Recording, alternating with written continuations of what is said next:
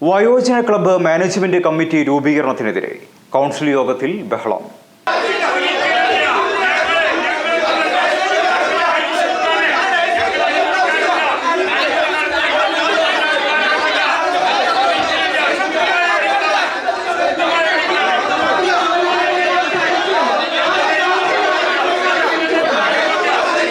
പൊന്നാനിയിലെ വൃദ്ധരായവരുടെ ഉന്നമനത്തിനായി രൂപീകരിച്ച വയോജന ക്ലബ്ബിൽ CPM പ്രവർത്തകരെ മാത്രം ഉൾപ്പെടുത്തി രൂപീകരിച്ച മാനേജ്മെന്റ് കമ്മിറ്റി രൂപീകരണത്തിനെതിരെ നഗരസഭാ കൗൺസിൽ യോഗത്തിൽ ബഹളം.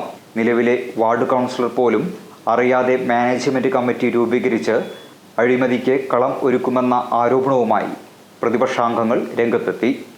മിനിറ്റ്സ് പോലുമില്ലാതെ CPM പ്രവർത്തകരെ മാത്രം ഉൾപ്പെടുത്തി രൂപീകരിച്ച കമ്മിറ്റി അഴിമതിക്ക് വേണ്ടിയാണെന്ന് UDF കൗൺസിലർമാർ ആരോപിച്ചു. ഇക്കാര്യം ചർച്ചയ്ക്കെടുത്തതിനെ തുടർന്ന് പ്രതിപക്ഷാംഗങ്ങൾ തമ്മിൽ ഏറെ നേരം ബഹളമുണ്ടായി.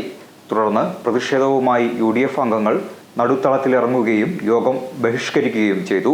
കൂടാതെ മുൻ കൗൺസിലിൽ അജണ്ടയിൽ വന്ന താൽക്കാലിക നിയമനങ്ങൾ ഇത്തവണത്തെയും അജണ്ടയിൽ ഉൾപ്പെടുത്തിയതിലും UDF വിയോജനക്കുറിപ്പ് നൽകി. ഇത്തരത്തിൽ പൊതുജനങ്ങളെ വെല്ലുവിളിച്ച് CPM പ്രവർത്തകർക്ക് അഴിമതി നടത്താനുള്ള നീക്കം അംഗീകരിക്കാനാവില്ലെന്ന് UDF കൗൺസിലർമാരായ TK അഷ്റഫ്, U മുനീബ് എന്നിവർ പറഞ്ഞു. ഇത് അജണ്ട നമ്പർ 11 പൊന്നാനി നഗരസഭ വയോ ക്ലബ്ബ്, പഴയ 15-ാം വാർഡ്, ഇപ്പോൾ 16-ാം വാർഡിലാണ്. ഒരു വയോ ക്ലബ്ബ് രൂപീകരണവുമായി ബന്ധപ്പെട്ട് അജണ്ടയിലെ ചർച്ചയ്ക്കിടയിൽ ചെയർപേഴ്സൺ പറഞ്ഞത് ഇത് കഴിഞ്ഞ വർഷം ഉണ്ടാക്കിയ ക്ലബ്ബാണ്, ആ കമ്മിറ്റിയാണ്. പുതിയ തെരഞ്ഞെടുപ്പ് കഴിഞ്ഞാൽ പുതിയ കൗൺസിലറും കൂടി അതിൽ ഉൾപ്പെടുത്തും എന്നാണ് പറഞ്ഞത്. പക്ഷേ അത് തികച്ചും തെറ്റായിട്ടാണ് അത് പറഞ്ഞത്. ഇവിടെ ഉണ്ടാക്കിയ ക്ലബ്ബാണെങ്കിൽ അത് ക്രമം വിട്ടിട്ടാണ് ആ ക്ലബ്ബ് ഉണ്ടാക്കിയിട്ടുള്ളത്. അതിൽ മുഴുവൻ രാഷ്ട്രീയമായി ഏകപക്ഷീയമായിട്ടാണ് ഉണ്ടാക്കിയിട്ടുള്ളത്. പുതിയ കൗൺസിലർ ലിൻസിയാണ്.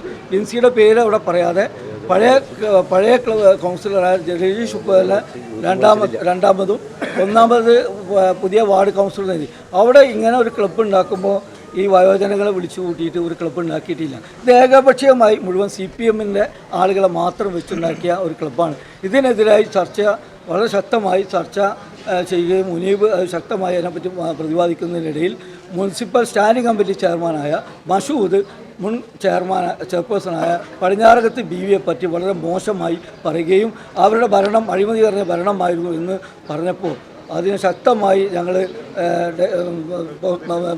ഡയസിന് മുമ്പിലിരുന്ന് സമരം ചെയ്യുകയും മുദ്രാവാക്യം വിളിക്കുകയും ചെയ്ത് സഭ ബഹിഷ്കരിച്ച് പോരുകയാണ്.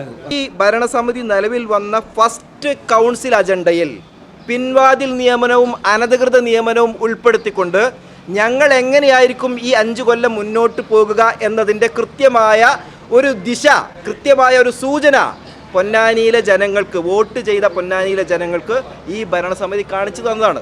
ഇന്നും 4 അജണ്ടകളിൽ നിയമനവുമായി ബന്ധപ്പെട്ടിട്ടാണ്. അതിനകത്ത് വ്യാജ നിയമനമാണ്, പിൻവാതിൽ നിയമനമാണ്. നമുക്കറിയാം, 1ാം റാങ്ക് കിട്ടിയ PSC പരീക്ഷയിൽ 1ാം റാങ്ക് വാങ്ങിച്ച മലപ്പുറത്തുകാരി റാങ്ക് ലിസ്റ്റിൽ ഇതുവരെ നിയമനം കിട്ടാതെ കരഞ്ഞുകൊണ്ട് പത്രമാധ്യമങ്ങളെ സമീപിച്ചത് 2 ദിവസം മുമ്പാണ്. ആയിരക്കണക്കിന് ആളുകളാണ് ടൗൺ എംപ്ലോയ്മെൻറ്റ് എക്സ്ചേഞ്ചിൽ പേര് രജിസ്റ്റർ ചെയ്ത് ഒരു ജോലിക്ക് വേണ്ടി കാത്തു നിൽക്കുന്നത്. ഈ ആളുകളെയൊക്കെ വഴിയാധാരമാക്കിക്കൊണ്ട്, ഈ ഉദ്യോഗാർത്ഥികളൊക്കെ അവഗണിച്ചുകൊണ്ട് പാർട്ടി ഓഫീസിൽ നിന്ന് കൊടുത്ത കത്തിൻ്റെ അടിസ്ഥാനത്തിൽ ജോലി കൊടുക്കുന്ന ഒരു സ്ഥാപനമായി പൊന്നാനി നഗരസഭയെ മാറ്റാനുള്ള ഈ ശ്രമത്തിനെതിരെ ശക്തമായി തന്നെ പ്രതിപക്ഷം നിലനിൽക്കും.